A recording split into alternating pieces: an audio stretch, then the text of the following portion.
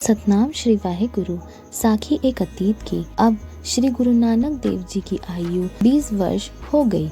उनका रहन सहन वैसे ही था। एक दिन एक साधु वहाँ आए जहाँ गुरु नानक जी ध्यान में लीन थे। साधु ने गुरु नानक जी का परिचय पूछा। गुरु जी बोले, मैं खत्री पुत्र नानक हूँ। साधु ने कहा, आप तो निरंकार हैं और हम निरंकारी, आप हमें कुछ खाना दीजिए।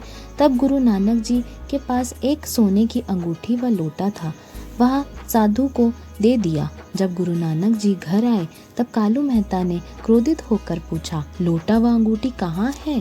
गुरु नानक की खामोशी देखकर कालू मेहता ने कहा, नानक, इस घर से अब तुम निकल जाओ।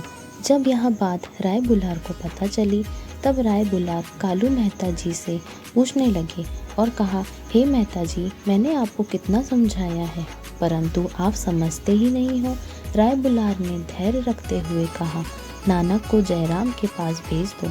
तुम यहाँ क्रोधित होते हो, वहाँ जयराम नानक को किसी काम में लगा देंगे। कालू मेहता जी ने राय बुलार की बात मान ली और नानक जी को सुल्तानपुर भेज दिया और एक पत्र भी भेजा जिसमें लिखा था, नानक का ध्यान और अपना समझकर प्रसन्न रखना।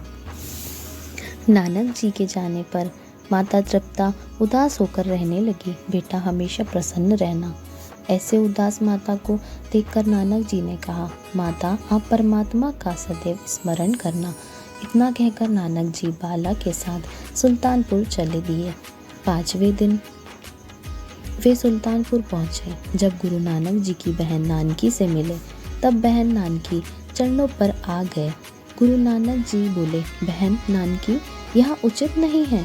पर नानकी जी ने कहा, आप मेरे छोटे भाई बस होते तो यहाँ उचित नहीं था, परंतु आप परमात्मा हो।